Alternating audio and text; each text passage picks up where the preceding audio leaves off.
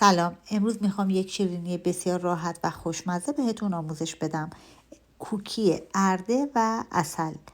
مواد لازم برای این کوکی 1/3 پیمانه ارده، 1/3 پیمانه عسل، 1/2 پیمانه مغز گردوی خرد شده، 1 پیمانه آرد بادام، 1/2 قاشق چایخوری نمک و 1/2 قاشق چایخوری بیکینگ پاودر هستش. به میزان 3 قاشق غذاخوری کنجد داریم برای انتهای کار. تمام مواد بجز کنجد رو با همدیگه مخلوط میکنیم. بعد از 3 الی 4 دقیقه هم زدن یه خمیر نرم و قابل انعطاف به دست میاد.